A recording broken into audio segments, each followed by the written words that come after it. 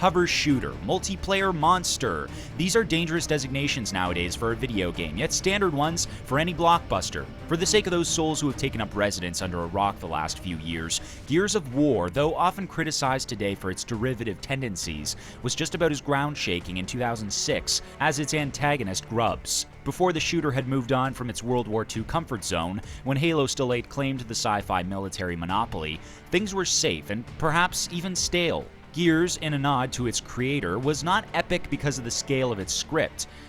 Well, yeah, it was, but more so it was epic because of the risks that the ever-edgy Cliff Bleszinski and his crew took in standing apart from the crowd. Remarkably high-res graphics, viscerally vicious gunplay, and over-the-top machismo gave Gears an unmistakable identity deserving of a killer app. Some of the status quo has remained, some has changed. The Phoenix trilogy has come to an end. Longtime Epic employee and wheelman Cliffy B has driven off into the sunset, and Polish studio People Can Fly has been assigned to the next declassified mission. And while their efforts may disappoint patient fans who have never fatigued of this franchise's consistency, understand that this is a different beast of a battle. The same way the series started, risks have been taken. But if you can surrender your skepticism and muster a half-full attitude, you will reap the rewards of another awesome spectacle of a shooter.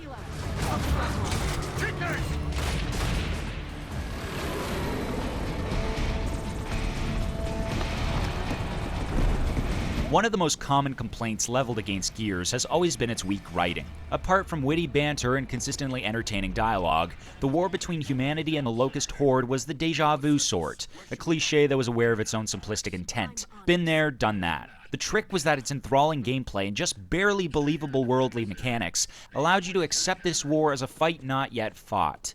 The same game that featured burly bikers for soldiers with rifles fixed with chainsaw bayonets also took you to dark and intimate places. The same game that made a caricature of violence and cultural celebration also bled themes of morality. The story of Judgment is alone the strongest in the series yet, but in conjunction with the gameplay, the weakest. Let us explain. Anyone familiar with Japanese film legend Akira Kurosawa's Rashomon will recognize the narrative here. The quote-unquote judgment in the latest Gears title refers to the fate of Kilo Squad, a group of young, cocky recruits who are being taken to court-martial shortly after the pivotal emergence day.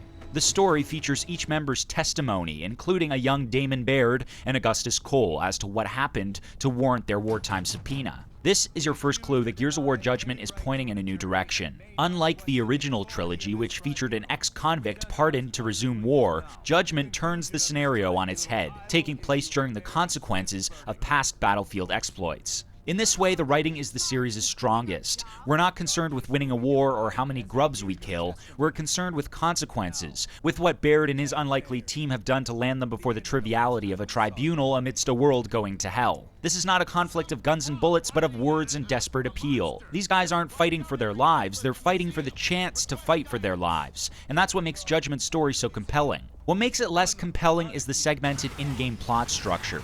Unlike past Gears, the game unfolds in verse rather than chapter.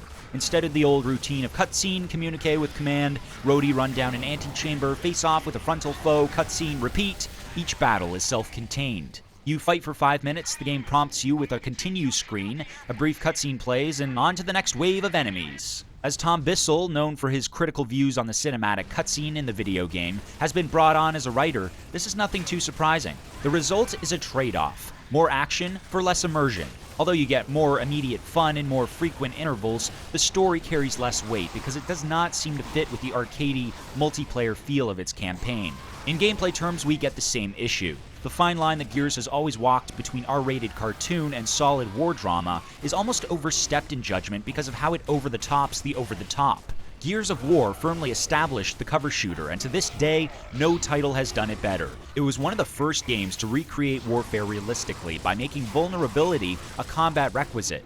Charge the field spraying at everything that moves in a real war and you end up dead. When you're under fire in a real war, you take cover. By contrast, in Judgment, cover is an almost expendable component of the environment. Enemies, many of which include variants designed to attack at close range, tickers, boomers, those guys with the butcher knives, will charge your lines regardless of sandbags or barbed wire. Likewise, as you enter a battle and get your head down by the nearest stone wall, your team goes storming into the arena, favoring their chainsaws over distance and common sense. This just makes things more absurd and less immersive, as you bear witness to your human allies taking down dozens of massive aliens in a melee contest. That said, while the change in direction for gameplay presents issues for the story, the gameplay is not an issue in itself. Gears' fundamentals, save again for the fact that the AI on both sides seems determined to shove aside the need for cover, are intact. Ripping through legions of nasty, scaly dudes is just as satisfying as it always was. Whether you're popping headshots with the new breach shot, having hordes with the fan fave chainsaw bayonet, or just emptying clips of your trusty fully automatic Lancer. The action is fast-paced, engaging, and an incredibly intense release of work-related frustration. Epic is also not catering to the casual player, let's get that straight right now. Forget the difficulty gradation of old, where you first face 2 opponents, then 5, then 10, and then 100. Judgment does not mess around. It throws waves of every enemy in the book in your face right from the get-go. Only the hardcore need apply.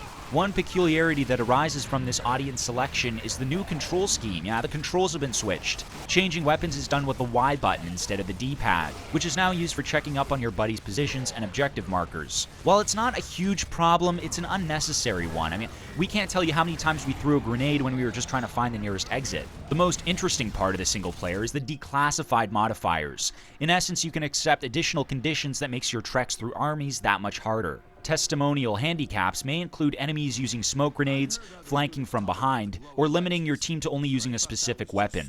Accepting these modifiers allows you to acquire stars quicker, which increases your overall campaign score and lets you unlock additional missions and characters. While this is just one more factor that makes solo feel not so solo, it is without a doubt exciting to have the option in making your life a little more hellish for the sake of self-confidence in your shooting. The multiplayer in Gears of War Judgment is its high point, as is made obvious by how much this experience translates over into the campaign. The Horde mode has been essentially remapped into the survival and overrun modes, and the standard versus types return for the most part. But considering how much it plays like the single player, or rather how much the single player plays like the multiplayer, you'll find yourself cheated out of the hours it took to complete the solo stretch when you could have just jumped straight online.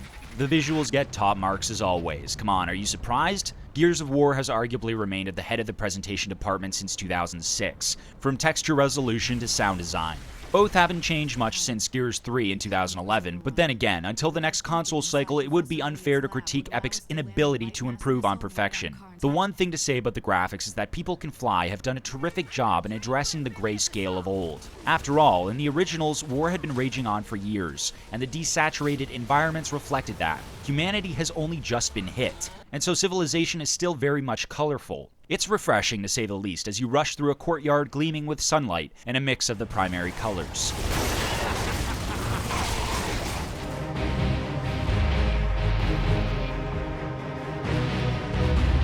And now, how fitting that Gears of War Judgment receives its own judgment. The verdict is this. The game takes risks, some successful and some counterproductive, but in the end this is still one of the greatest shooter experiences you can find.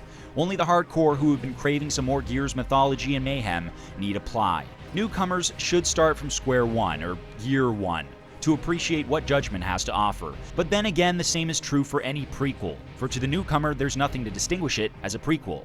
Less a war than a series of skirmishes, the campaign is a little disappointing, but its ambitious writing and narrative structure is to be commended, even if it doesn't exactly succeed in emotionally involving you in the presence of ridiculous over-the-top arcade bloodbaths. Nonetheless, those bloodbaths are oh so soothing, apologies for the off-putting imagery, and multiplayer further extends the game's competitive action with a solid set of modes.